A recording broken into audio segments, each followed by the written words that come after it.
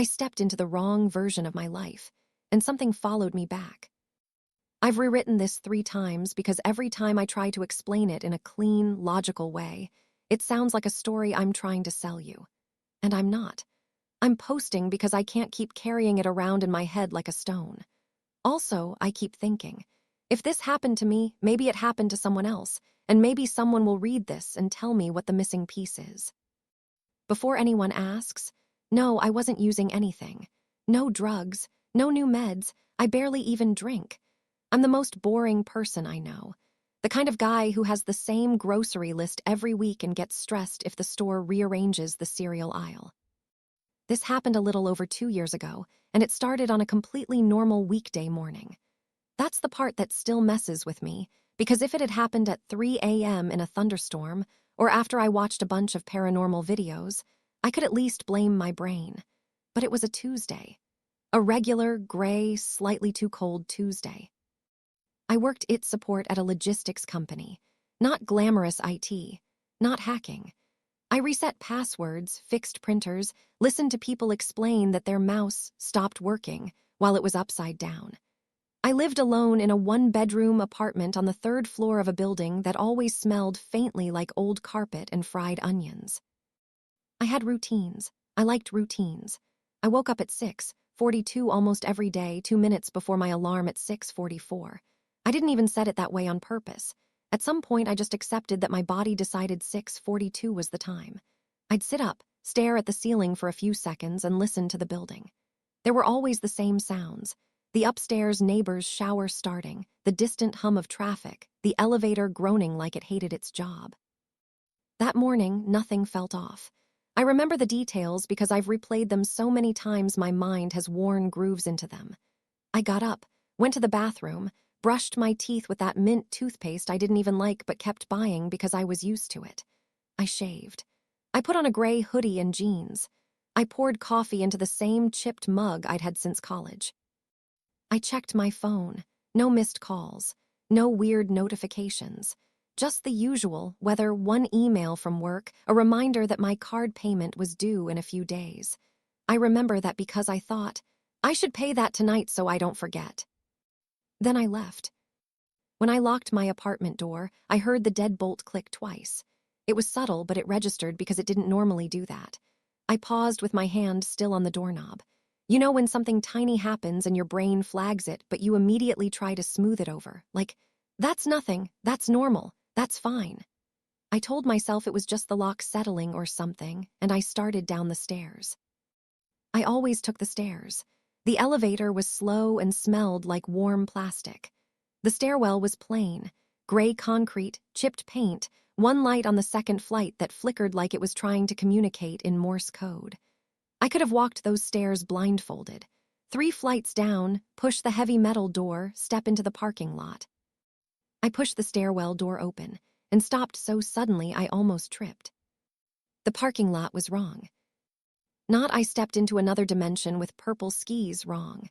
It was the same parking lot, same cracked asphalt, same low cement barrier at the edge, same row of shrubs that always looked half dead. But across the lot was a building that had always been red brick. I'd lived there 3 years. I'd looked at that building every morning while waiting for my car to warm up in winter. It was red brick. It was beige. A freshly painted, flat, boring beige like someone had rolled a new coat over it recently. And maybe they had. That was my first thought. People repaint buildings.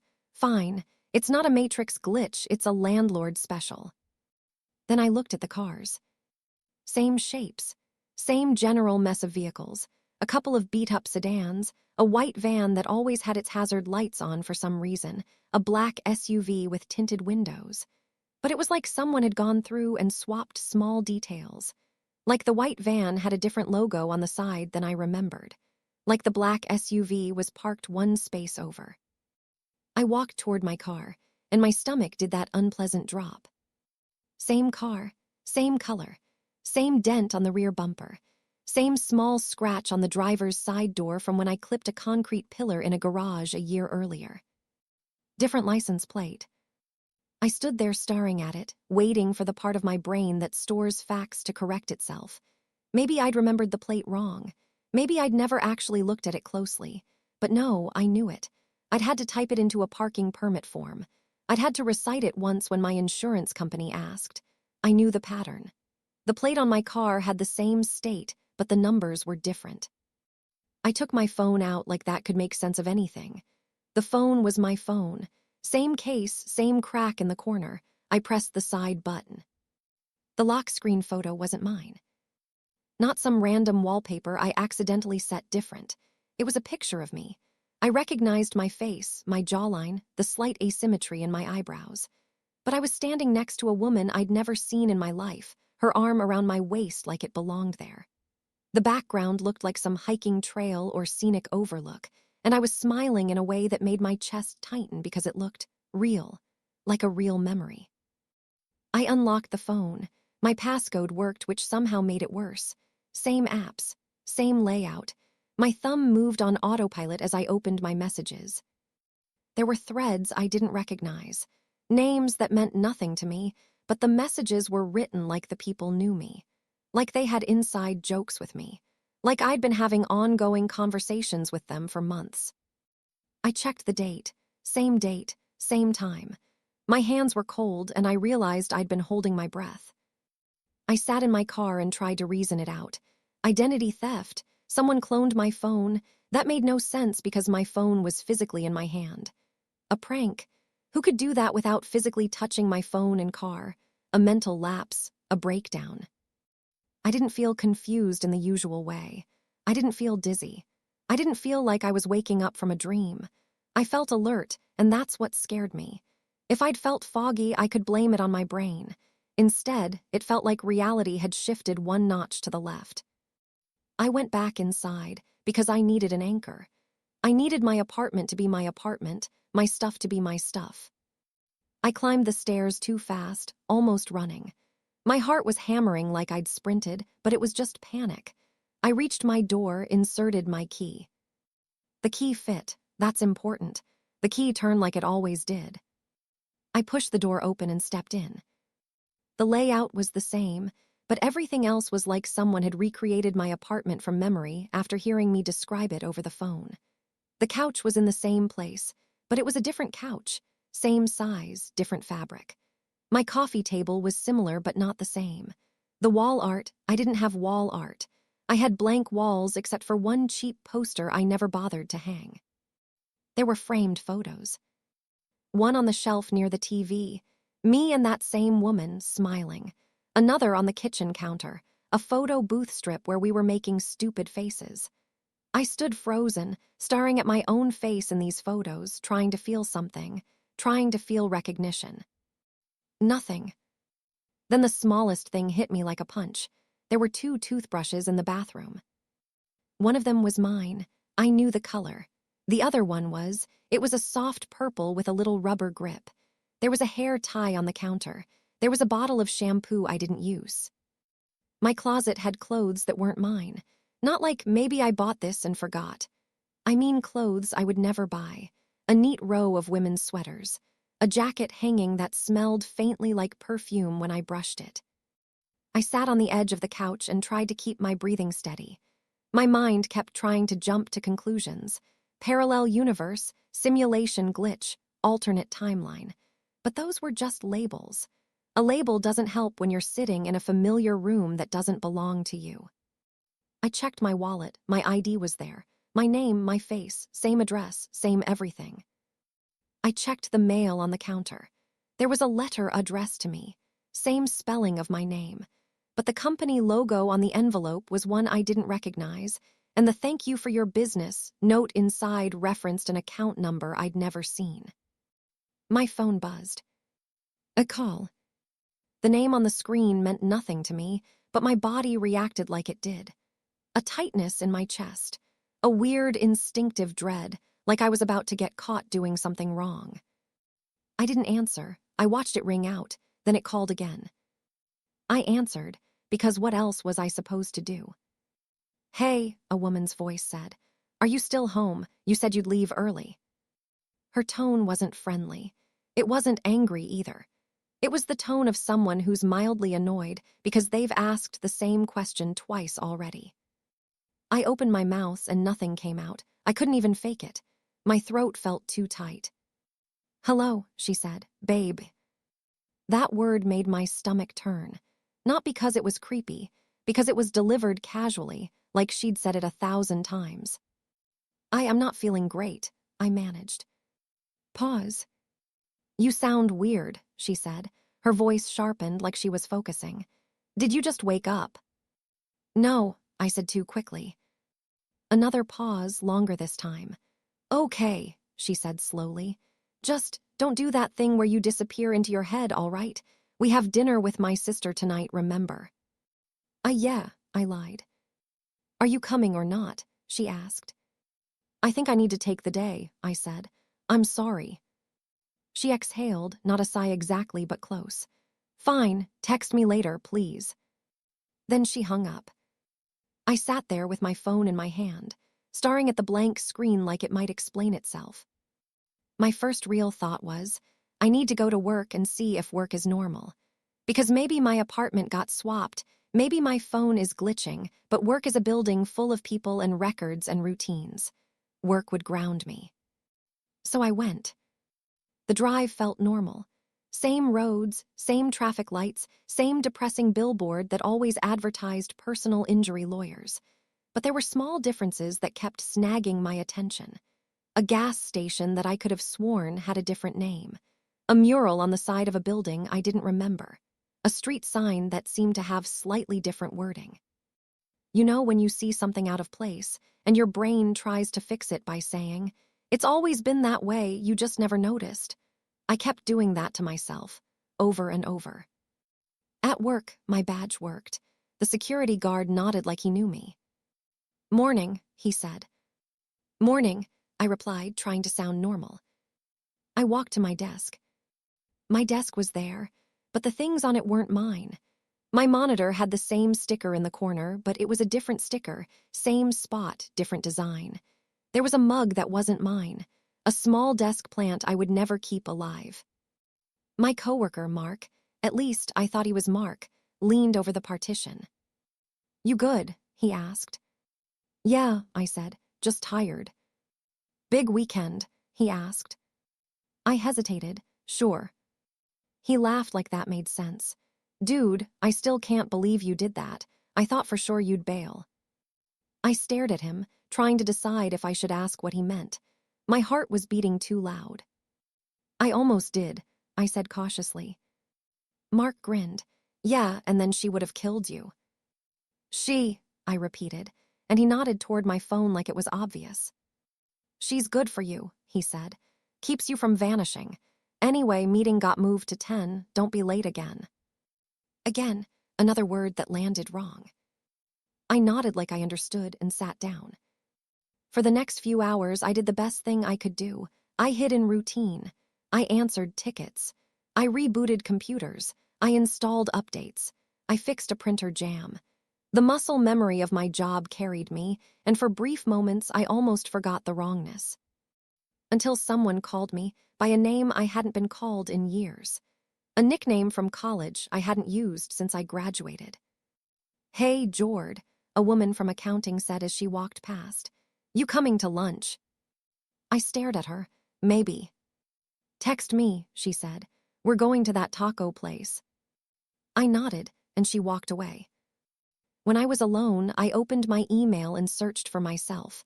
My records were there, my employee profile, my salary, but it said I'd been promoted 6 months earlier, which hadn't happened.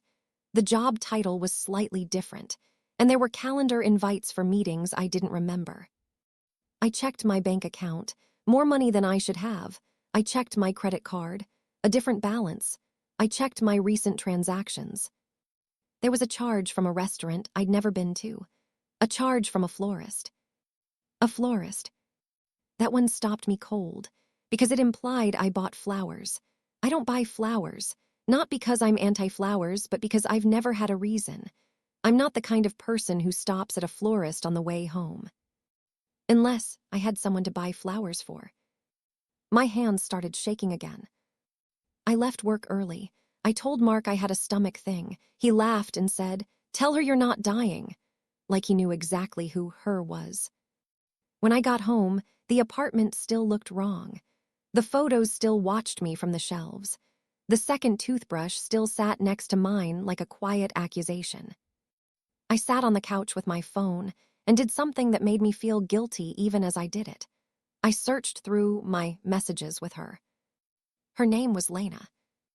The message thread went back years. Photos, jokes, arguments, mundane, pick-up milk texts. Inside jokes about a TV show I'd never watched. A whole relationship, detailed in the casual way people text when they assume their lives are real and stable. There were voice notes from me. I stared at one for a long time before I pressed play. It was my voice, unmistakably. Same tone, same rhythm, the little nasal quality I hated when I heard recordings of myself. The message was short, a laughing response to something she'd said. It sounded like me, but happier, looser, like a version of me that didn't keep everything tight inside his chest. I sat there listening to my own voice, like it belonged to someone else. At around 5 p.m., she texted, "You okay? I'm coming over after work." I didn't respond. At 6:12, there was a knock on my door. My entire body locked up. I wanted to hide. I wanted to pretend no one was home. But then I realized, if she has a key, she'll come in anyway. And if she doesn't have a key, that itself is a clue. The lock clicked. The door opened. She stepped in like she owned the place. She was real. Not a dream, not a screen. A real woman in my doorway holding a tote bag and a paper coffee cup. She looked like the woman in the photos. Medium height, dark hair tied back, a small mole near her left cheek. She wore a jacket I recognized from the closet. Her eyes landed on me immediately, and her expression shifted. "What's wrong?" she asked before she even set the coffee down. "I'm tired," I said, because I didn't have anything else. She walked closer, studying me like I was a puzzle. "No," she said. "This isn't tired. You're looking at me like you're seeing a ghost." My heart hammered. I forced a laugh that sounded wrong even to me. "I'm not." She didn't laugh back. She sat beside me, close enough that I could smell her shampoo. It was the same scent in the bathroom. "Talk," she said, soft but firm. "What happened today?" I stared at the wall across from us, because looking at her felt too intense, like it might pull me deeper into whatever this was. "I woke up and everything felt off," I said. "Off how?" she asked. I shrugged, "Just off." She watched me for a long time. "Okay," she said. "We don't have to do dinner with my sister. If you're not okay, we'll cancel." "Fine," I said too quickly. "Yeah, cancel." She reached for my hand. My skin crawled, not because her touch was bad, but because it felt like stepping into someone else's life, like I was wearing a suit that didn't fit. She must have felt me tense because she pulled her hand back. Her eyes narrowed slightly. "Did you do something?" she asked quietly. "What?" I said, too defensive. "Because this feels like guilt," she said. "Like you're trying to act normal and failing."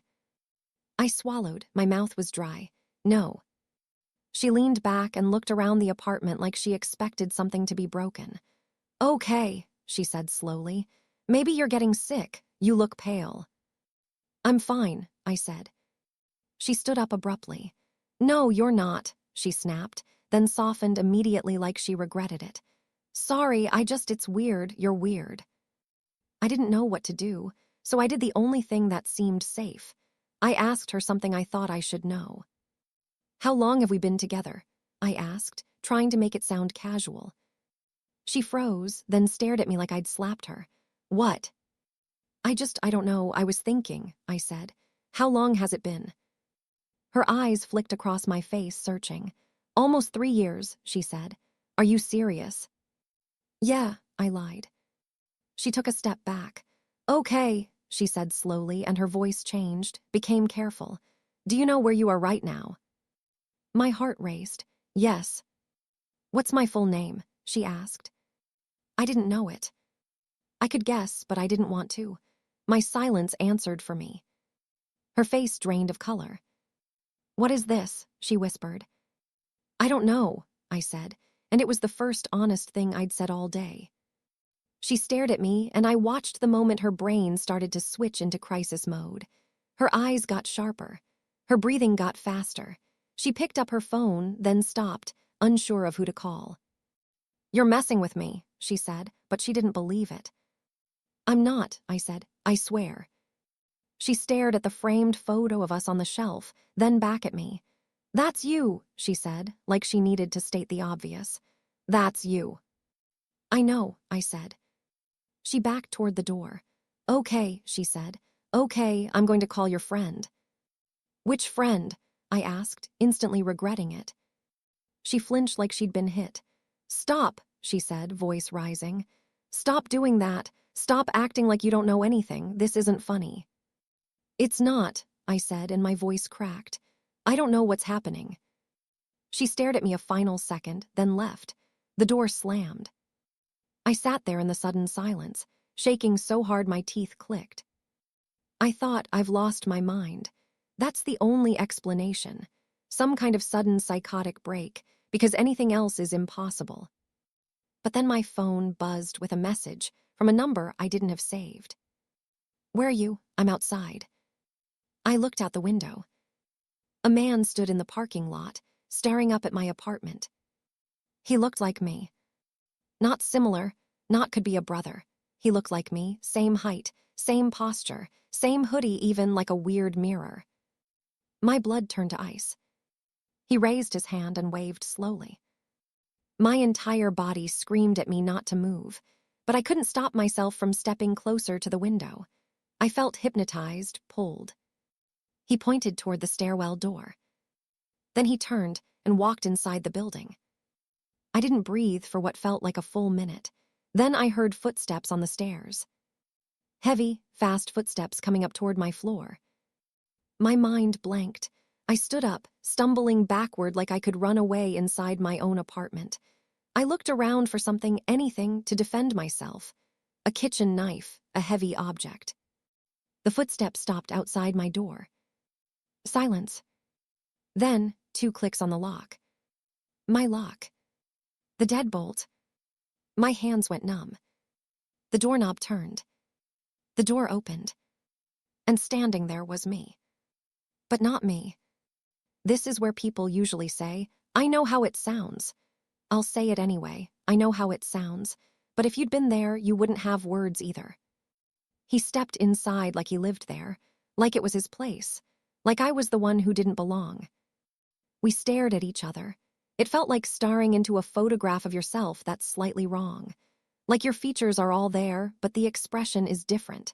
His eyes were the same color as mine, but there was something sharper in them. Something like irritation, like I was inconveniencing him. He looked past me at the couch. The photos, the room, and his expression softened for half a second. Then he looked back at me. "What did you do?" he asked. His voice was my voice, but steadier. My mouth opened. No sound came out. He stepped closer, and my instinct was to step back. We moved like magnets pushing away. "I asked you what you did," he said again, lower, "because she's freaking out, and you're not answering calls, and now my phone is wrong." He held up his phone. On his lock screen was a picture of my apartment, my old apartment, the version without photos, without her. I stared at it dizzy. "This is going to sound insane," I managed. He laughed once, bitter. "Yeah, no kidding." We stood there, 2 versions of the same person, trying to figure out how to speak. "I woke up," I said slowly, "and everything was changed. My phone, my car, this place, I don't know how, I didn't do anything." He watched me carefully. "You're lying," he said, but it sounded like he wanted me not to be. "I'm not," I said. He glanced toward the kitchen like he expected Lena to walk out. "Where is she?" he asked. "She was here," I said. "She left." His jaw tightened. "Of course she did." He looked back at me, and for the first time I saw fear under his annoyance. "Okay," he said, voice tighter now. "Okay, so this is real." I nodded, because my brain couldn't handle anything else. He paced once, rubbing his forehead. "This is not supposed to happen," he muttered. That sentence made my stomach twist. "What do you mean, not supposed?" I asked. He stopped and looked at me like I'd asked something stupid. I don't know, he said, but his tone suggested he did. He took a breath. Listen, he said, we need to fix it before it gets stuck. Stuck, I repeated. He hesitated. Because I think the longer we're like this, the harder it is to go back. Go back where? I asked, and that was when the real panic hit me, because I realized I didn't know which place was back. In my mind, my original life was the one without Lena. But what if that was the wrong assumption? What if I was the one who'd been moved out of his timeline? He looked at me for a long second, like he was having the same thought. Then he did something that still makes my skin crawl. He smiled, small and tired. It's you, he said quietly. Same as always late to understand. I'm late, I snapped, then immediately regretted it. My voice shook. He held up his hands. Not an insult, he said, just familiar. I didn't know what to do with that. He walked to the window and looked down at the parking lot. Okay, he said, thinking out loud. It happened in the stairwell, right? That's where you noticed it. That's where it probably... His phone buzzed. He looked at the screen and swore under his breath. What? I asked. He showed me. A text from Lena. Who is that in our apartment? I'm calling someone. My chest tightened. She thinks I'm me, I said stupidly. He stared at the text, then at me. She can't see both of us, he said. Not properly, not without breaking something. Breaking what? I asked. He didn't answer. He pocketed his phone and looked at me like he was making a decision. We have to go to the stairwell, he said. Now. I hesitated. Why would I follow you? I asked, and the question sounded pathetic even to me. He met my eyes. Because if we don't fix it, he said, you're going to keep bleeding into my life, and I'm going to keep bleeding into yours. And eventually neither of us will remember which one was ours. I don't know why that convinced me, but it did. Maybe because it echoed the fear forming in my own mind. Already, tiny details of my normal life felt less solid. Like my memories were objects on a shelf, and someone was gently shaking the shelf. We left my apartment together. The hallway felt too narrow with both of us in it. I kept glancing sideways, expecting him to vanish. He kept glancing at me like he expected me to do something unpredictable. We reached the stairwell door. He paused with his hand on the handle. When you came down this morning, he said, did the light flicker? Yes, I said automatically. Then I corrected myself. It always flickers. He nodded slowly. This time, he said, when it flickers, don't look away, don't blink if you can help it. That's impossible, I said. He gave me a look. Try. He pushed the door open. The stairwell looked normal, gray concrete, chipped paint, the flickering light on the second flight.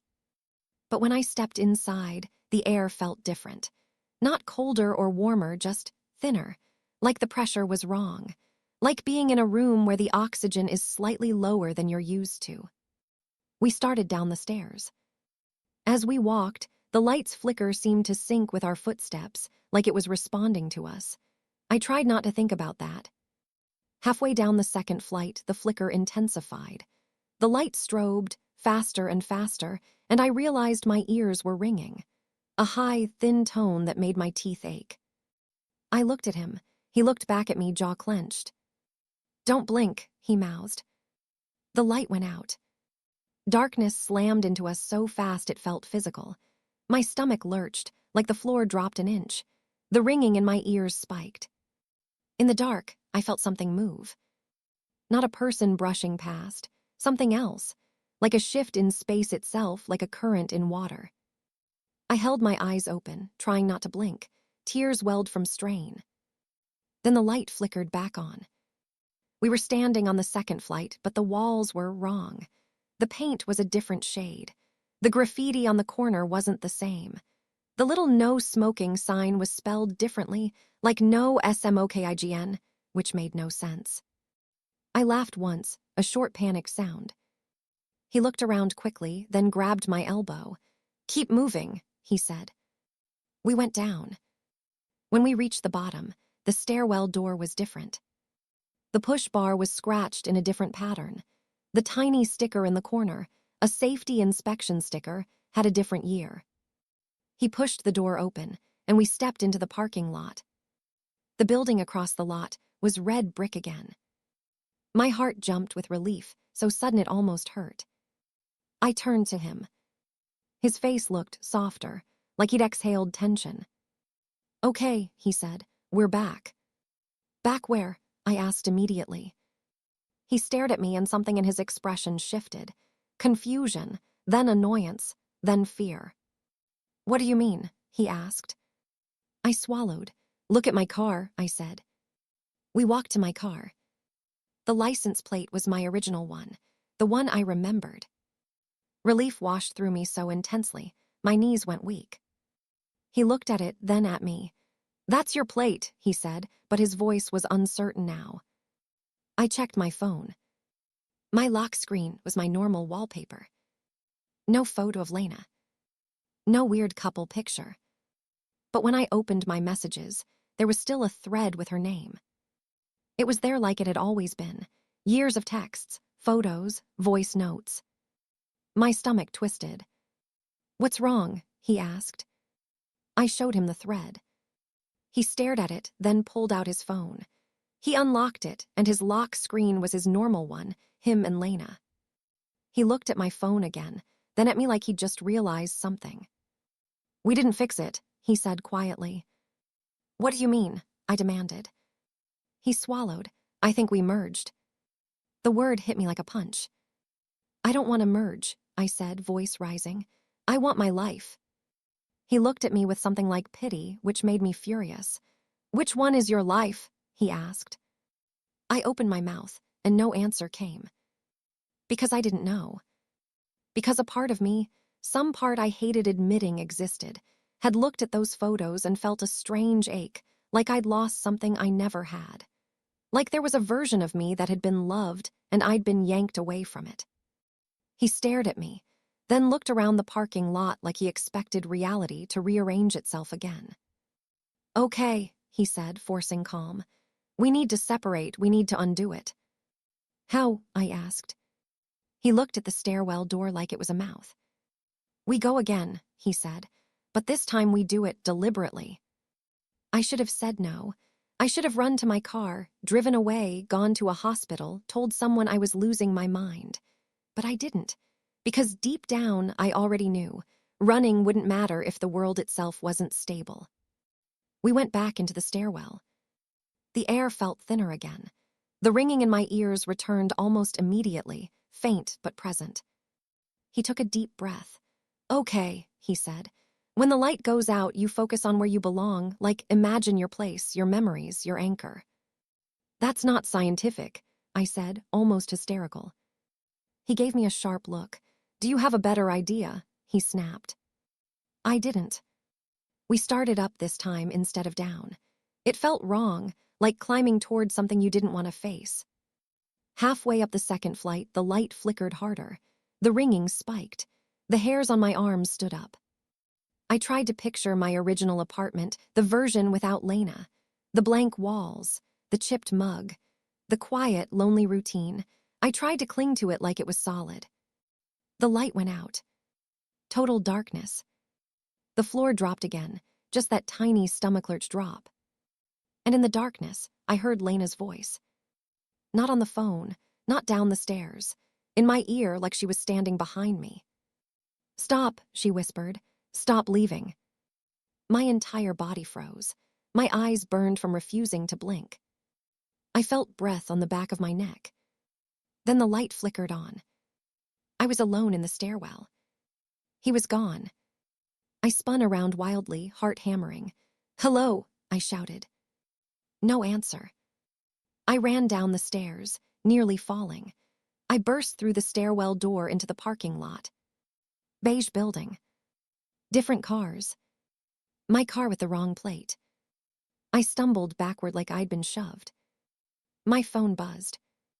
A call from Lena. I stared at it, sick with dread. I answered because I needed something, anything. "Where are you?" she demanded, voice sharp with panic. I started, but my throat closed. I just saw you, she said, voice cracking. I just saw you walk into the stairwell and then you vanished. What is happening? I didn't know what to say because I didn't know which version of her I was talking to. The Lena who thought I was her boyfriend. The Lena who had seen two of me. The Lena who might not even be the same Lena. Are you alone? She asked. Yes, I lied, because I didn't want to tell her I'd been with me. She exhaled shakily. Okay, she said. Okay, I'm coming back, don't move. The call ended. I stood in the parking lot, staring at the stairwell door like it might spit him back out. And that's when I realized something else. I felt wrong. Not emotionally, physically, like my body was slightly out of sync, like my limbs were heavy, like my eyes couldn't focus properly. I went back up to the apartment. Inside, it was still the version with Lena's stuff. The photos, the second toothbrush. But something had changed. One of the photos on the shelf was different. In it, I was standing with Lena, but my face was blurred, like motion blur. Like the camera couldn't decide which me to capture. I stared at that blur until my vision swam. The knock came at the door. I opened it. Lena stood there, breathing hard like she'd run up the stairs. She looked at me like she was about to cry or scream, maybe both. Okay, she said, stepping inside. Tell me what's going on now. I sat down because my knees felt weak.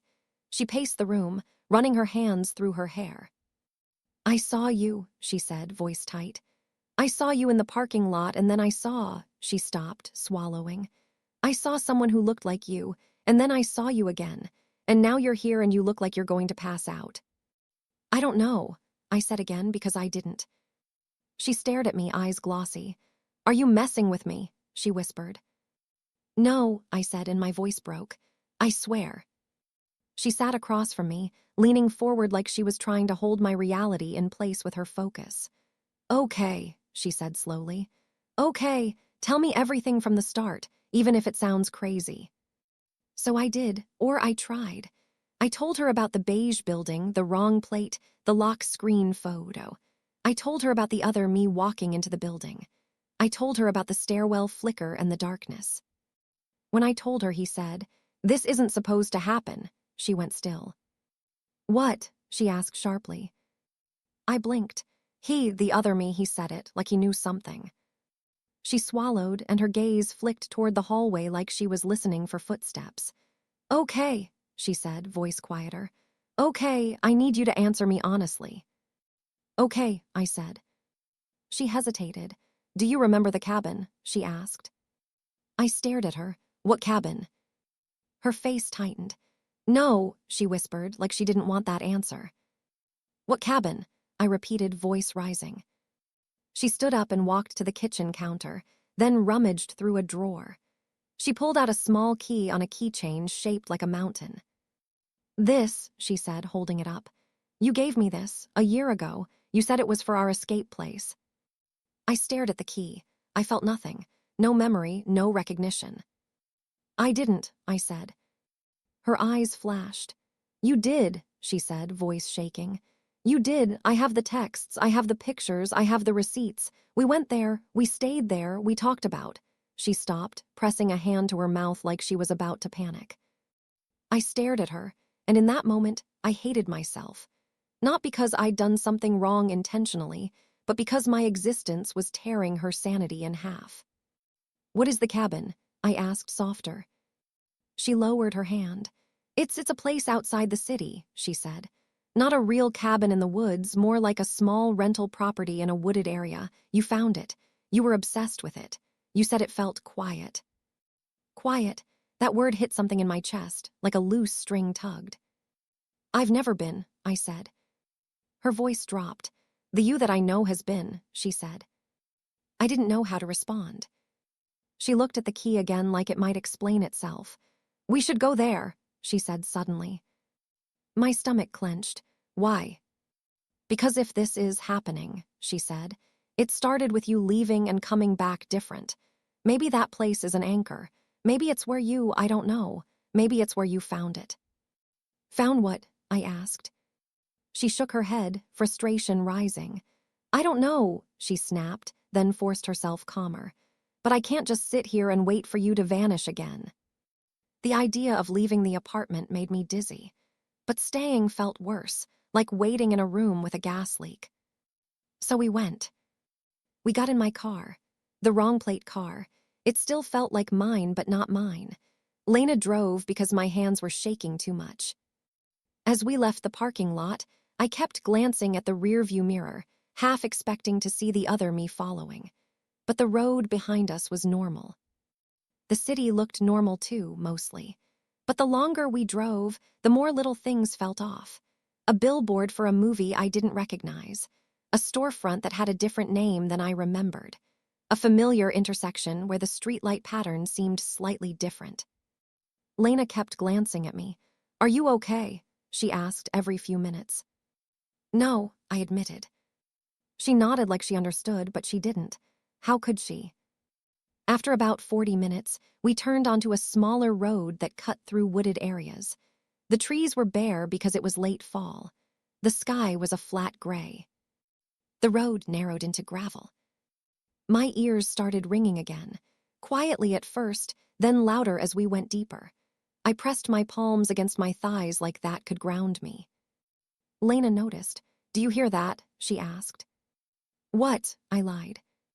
She frowned. "The ringing," she said, "like pressure." I stared at her. "You hear it too?" She nodded, gripping the steering wheel tighter. "Yeah," she whispered. "It's like when you're on a plane and your ears won't pop." The fact that she could hear it made my skin crawl, because it meant it wasn't just in my head. The cabin, or rental house, came into view. It was a small, modern-looking place tucked among trees, with a little porch and a gravel driveway. Lena parked. We both sat there for a second, listening to the ringing, which was now loud enough that it felt like it was inside my skull. "I hate this," I said quietly. "I know," she replied. We got out. The air was cold and smelled like damp leaves. The place looked normal, nothing supernatural, no creepy fog, no ominous crows, just a quiet rental house in the woods. Lena walked to the door and inserted the key. It turned smoothly. She opened the door. Inside, the air was stale, like it hadn't been used in weeks. The living room had simple furniture, a small couch, a rug, a table, neutral walls. But on the table was something that made my heart stop, a notebook. It was open, like someone had left it mid-thought. Lena walked to it slowly, like she was afraid it would vanish. I stepped closer, and my breath caught. The handwriting was mine. Not similar, mine, the way I loop my letters slightly, the way I press harder on downstrokes, the uneven spacing because I write too fast. The page was filled with messy notes and half-sentences. Lena read aloud softly, voice trembling. "If you're reading this, it means you forgot again. It means you came back wrong." My stomach flipped. "What?" I whispered.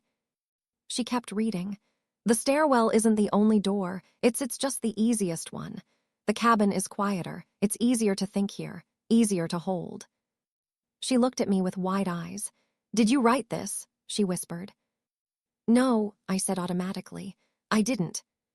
But my body reacted like I had. A strange sense of familiarity, like walking into a room you haven't been in for years.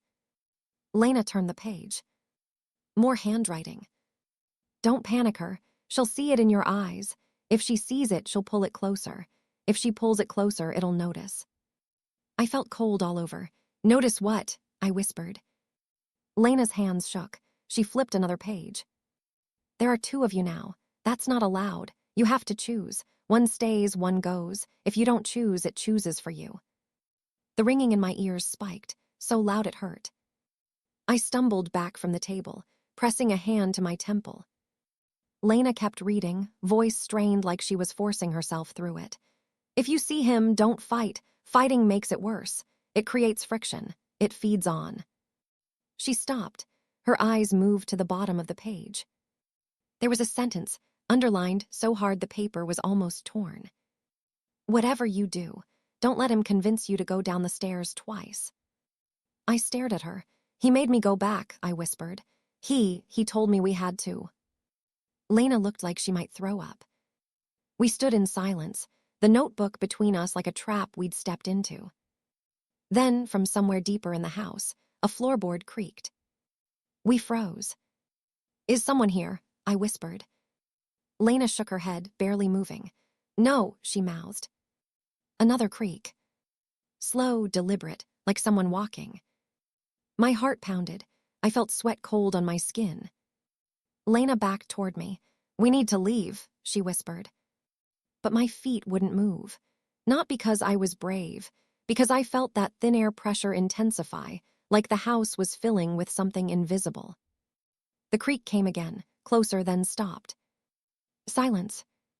Then a voice from the hallway, calm and familiar. Finally. The other me stepped into the living room. He looked exhausted. His hoodie was damp at the shoulders like he'd been outside and missed. His eyes were shadowed like he hadn't slept. Lena gasped softly, a sound of terror and heartbreak mixed together. He looked at her first, and his expression softened in a way mine never could, like seeing her made him human again. "Hey," he said gently, like he was calming a skittish animal. "It's okay." Lena backed up until she hit the wall. Her eyes flicked between us, trying to process two of the same face. He turned to me, his expression hardened. "You read it," he said. "I didn't know it existed," I snapped, my voice shaking. He laughed quietly. "Of course you didn't, you never remember." Lena swallowed. "What is happening?" she whispered. He looked at her again and his voice softened. "You're okay," he said. "You're not crazy." She shook her head, tears spilling now. "There are two of you," she said. "How am I not crazy?" He took a step forward, hands open. "Lena," he said, "listen to me. It's complicated, but we can fix it."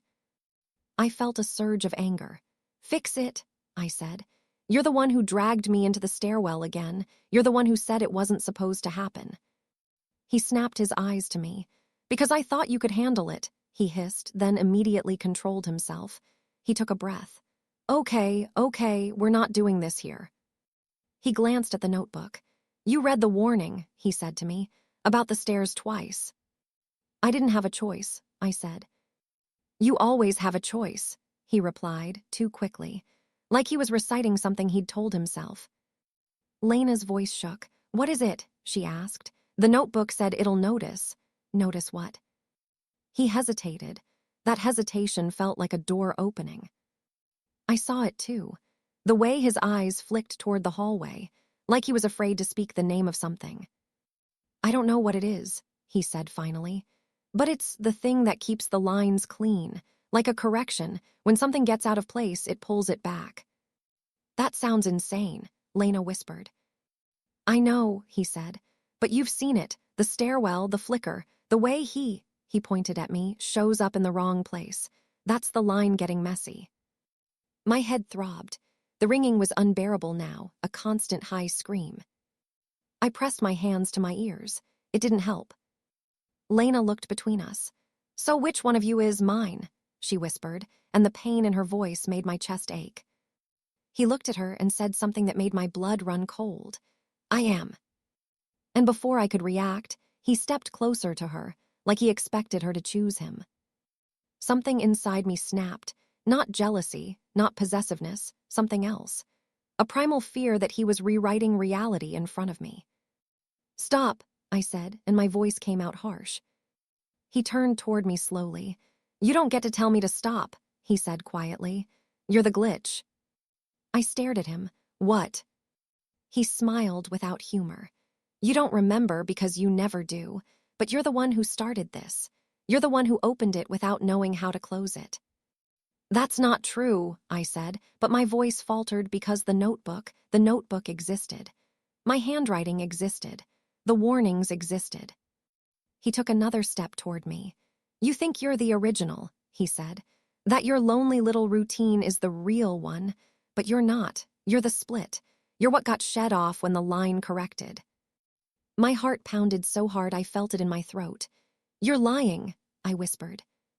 He tilted his head. "Am I?" he asked. Lena's voice was small. "Please," she whispered. "Stop." He looked at her, softening again. I'm sorry, he said. I'm not trying to hurt you. I'm trying to keep you safe. Because if it notices you, if it attaches to you, you won't be able to leave. I felt my skin crawl. Attach, I said. He didn't answer me. He looked at the notebook again, then back at Lena. We have to finish this, he said. Here, quiet, anchored. If we do it in the stairwell again, it'll tear. Lena wiped her face.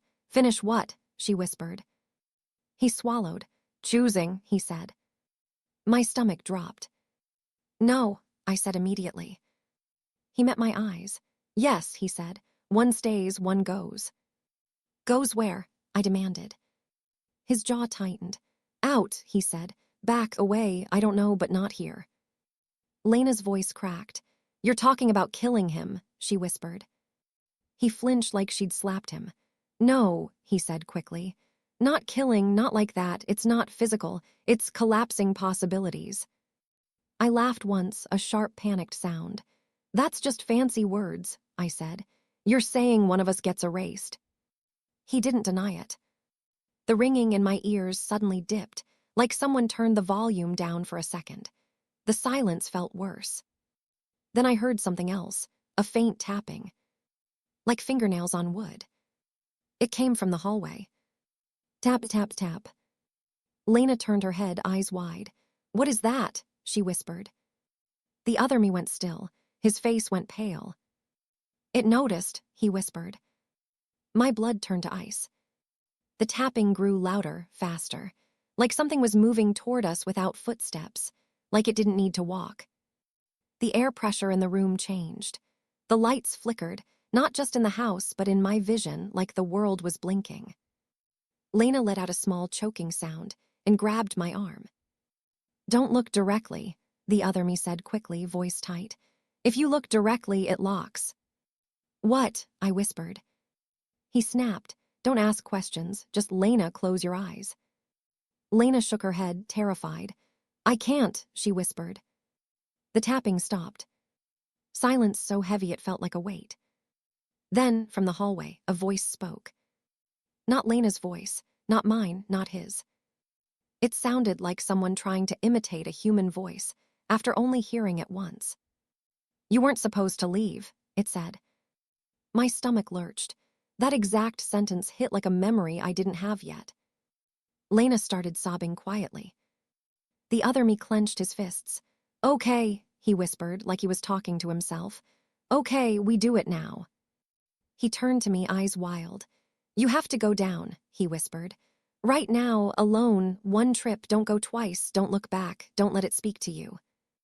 I stared at him. You're sending me into it, I said, voice shaking.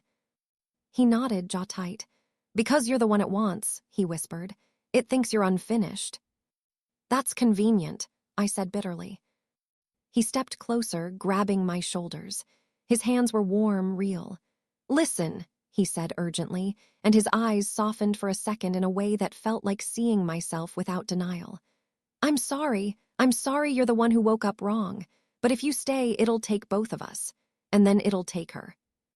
Lena cried out, stop talking like this. The hallway went darker, like shadows thickening. The voice came again, closer, from just around the corner. Choose, it said. My throat closed. I felt like a child being forced to make a decision with no good option. The other me whispered, go. Lena grabbed my arm harder. Don't, she begged. Please don't, I don't understand, but don't. I looked at her face, streaked with tears, and felt something tear inside me, because she didn't deserve this. Neither version of her did. I looked at him, and for a second I saw something like desperation. Not cruelty, not manipulation, just a man trying to save what he thought was his life. And I realized something awful. He believed he was real as much as I did. Maybe we both were. The tapping started again, but now it wasn't in the hallway. It was in the room, coming from the walls, from the ceiling, like fingernails everywhere. The lights strobed violently. My vision blurred. I couldn't breathe. I yanked my arm free from Lena's grip and ran. I don't know why I ran toward the hallway. Maybe because panic chooses for you. Maybe because my brain thought if I got closer, I could see what it was and make it stop. I ran past the hallway opening and into the narrow corridor leading to the back of the house. The tapping was everywhere. The air felt like syrup. Then I saw it. Not a monster, not a face, not a shadow person. A shape that was wrong because it didn't have one shape. Like the space itself was folding. Like a person made of overlapping frames of movement. It was standing at the end of the corridor, blocking the back door. And it was me. But stretched, blurred, flickering between versions. Like it was a correction, trying to decide what I was supposed to be. My stomach dropped. I tried not to look directly, but my eyes locked onto it automatically. My brain wanted to make sense of it, and that was the trap. Its face wasn't stable. It kept sliding between expressions, smiling, blank, angry, sad, too fast. It spoke again, and this time it was my voice, layered with something else. "You don't belong here," it said. The world felt like it tilted. I stumbled backward, and my back hit the wall. Behind me, I heard Lena screaming my name. I heard the other me shouting, "Don't look, move." But my eyes were stuck, like my brain was glued to the impossible thing in front of me. The ringing in my ears became so loud it turned into silence, like my hearing cut out entirely. The thing stepped forward without moving its legs. It just closed distance. And in that silent, pressure-heavy moment, I understood something in a way that wasn't words. It wasn't angry. It wasn't evil. It was a system, like gravity, like a rule, like a program correcting an error. I felt it reach toward me, not with hands, but with intent, like it was pulling on a thread inside my skull. My vision tunneled. I thought with a sudden sharp clarity, I'm going to forget. I don't know why I thought that, but it hit me like certainty. And then, like someone slamming a book shut, I blinked. The world snapped. I was in my stairwell. The one at my apartment building. Not the cabin. Gray concrete, chipped paint, the flickering light. I was halfway down the second flight, gripping the railing so hard my knuckles were white. My chest heaved like I'd been running. I looked around wildly. No one else was there. I stumbled down the stairs and pushed the door open. Red brick building across the lot. My car with my original license plate. I fumbled my phone out. Normal lock screen wallpaper. Normal messages. No Lena thread. No weird names. My hands shook so hard I almost dropped the phone. I ran up the stairs to my apartment, nearly falling. I shoved the key into the lock. One click, not two. I threw the door open. My apartment. My old couch, my old coffee table, blank walls, no photos, no second toothbrush. I stood there, shaking, trying to process what had just happened. My brain felt bruised, like I'd been hit. I sat on the floor, back against the door, and I cried until my throat hurt. I thought it was over. I was wrong. Because if it had ended there, I could have dismissed it as a hallucination brought on by stress. But the aftermath didn't behave like a hallucination. It behaved like something that left residue. For weeks afterward, I kept noticing tiny things that didn't line up. I'd lock my door and sometimes hear 2 clicks again, even though my lock only clicked once. I'd open my phone camera and see a faint silhouette behind me for half a second before it vanished. I'd wake up at 6:42 and feel this crushing sense of missing someone, like grief without a name. I started dreaming about Lena. In my dreams, she wasn't a fantasy. She was irritated at me for leaving dishes in the sink. She was laughing at a dumb joke. She was tired after work. She was real in that mundane way that makes dreams feel like memories. I would wake up with the feeling of her hair on my pillow, and the bed would be empty. I tried to search for her online. Nothing. No matches. Like she didn't exist in my version of reality. But then, about a month after it happened, I found something. I was cleaning out a drawer in my kitchen because I needed to do something normal to keep myself from spiraling. I pulled out old receipts, junk mail, random batteries. And at the very back of the drawer, Tucked under a stack of takeout menus was a small key on a keychain shaped like a mountain. My blood ran cold. I stood there holding it, staring at the little mountain shape like it might start moving. I hadn't put it there. I had never seen it before.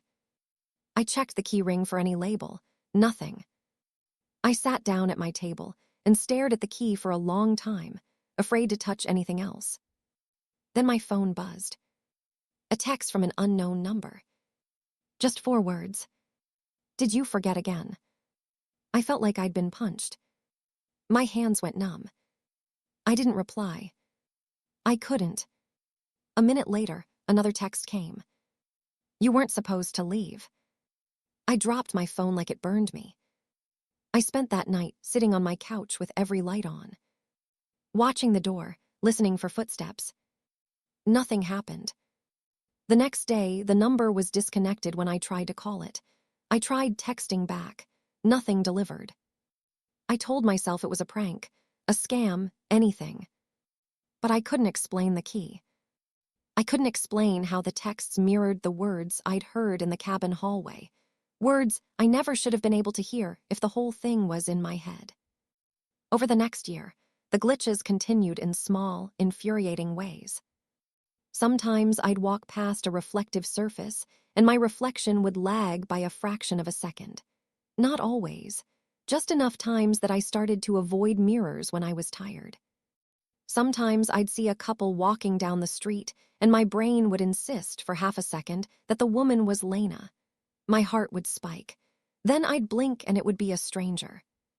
Once I was on a bus and I heard someone laugh, a woman's laugh, and my entire body reacted like I'd been called by name. I turned so fast my neck hurt. No one looked familiar. The worst part was the feeling of being watched, not by a person, but by something like a pressure in the room, like the air itself was paying attention. I tried therapy. I did. I didn't go in saying I stepped into another reality because I didn't want to be put on a hold. I went in saying I'd had a panic episode and dissociation and intrusive thoughts. The therapist was kind. She gave me grounding exercises, breathing, journaling, sleep hygiene, all good things, and some of it helped me function. But none of it explained why. Sometimes, I'd find little things in my apartment that weren't mine. A hair tie once, a soft purple hair tie. A receipt from a florist. A tiny smear of lipstick on a coffee cup I didn't own. Each time, it felt like a finger tapping on the glass of my reality. I'm still here. I can still reach you. A few months ago, this is the part that made me decide to finally post. I had another stairwell moment. I was coming home late from work. It was winter, so it was dark early. The hallway lights in my building were dim and flickery. I was tired and annoyed and thinking about nothing. I opened the stairwell door and started up. Halfway up the second flight, the flickering light went out completely. Darkness. That tiny stomach drop sensation hit me again. My ears rang. I froze, gripping the railing. And in the darkness, I heard a voice behind me, soft and familiar. Hey. I didn't turn around. I didn't blink. I stood there shaking, forcing myself to breathe. The voice whispered, closer now, please. My chest tightened, my eyes burned. I whispered, barely audible, Lena. There was a pause. Then her voice said, broken, you said you'd come back. My throat closed. I felt tears spill without permission. I wanted to turn around so badly, it felt like my muscles were tearing. But I remembered the notebook line. I couldn't forget even though I'd never read it in this reality. Don't look directly. So I didn't. I just stood there, shaking as the darkness pressed in. Then the light flickered back on. The stairwell was empty. But on the step beside my foot, as clear as if someone had just dropped it, was that same mountain-shaped keychain. I stared at it, heart pounding. I picked it up with trembling fingers. It was cold. Real. I ran up to my apartment, slammed the door, locked it. One click. Then a second click. I stood there staring at the lock, my stomach turning. My phone buzzed. A text from an unknown number. Stop running. I didn't reply. Another text came, seconds later. It noticed you again. I stared at the screen until my vision blurred. Then, the final message. Next time, it won't let you back. I haven't slept right since. I've started taking the elevator sometimes even though I hate it because the stairs feel like a mouth, like a thin place, like an edge. But I can't avoid stairs forever. And the worst part, the part I don't even know how to explain, is this. In quiet moments when I'm half asleep or staring at nothing, I get flashes. Not dreams. Flashes, like memories trying to load. A hand in mine, purple toothbrush, a laugh in a kitchen, a cabin in the woods, my own handwriting. And sometimes, in those flashes, I remember something I didn't remember before. The other me didn't look like a villain. He looked like someone who'd been doing this longer. Someone who'd been trying to keep the line clean and failing. Which makes me wonder if he's still out there. Or if he got erased. Or if he's the one texting me. Or if those texts aren't from him at all. Sometimes I look at my phone and I swear, for a split second, I see the lock screen photo change. Me standing next to Lena, smiling on a trail, her arm around my waist. Then it snaps back to normal. Like reality blinking. I don't know what I'm asking for by posting this. Maybe I just want someone to say, that happened to me too, so I stop feeling like I'm alone inside a cracked mirror. But if you take anything from this, let it be this. If you ever feel like the world is slightly wrong, like colors are a shade off, like familiar places feel unfamiliar, like you stepped into a version of your life that doesn't quite fit, don't follow it. Don't chase it. Don't go down the stairs twice. And if you hear someone behind you in the dark say, you weren't supposed to leave, don't turn around. Because I did. And I'm pretty sure something followed me back.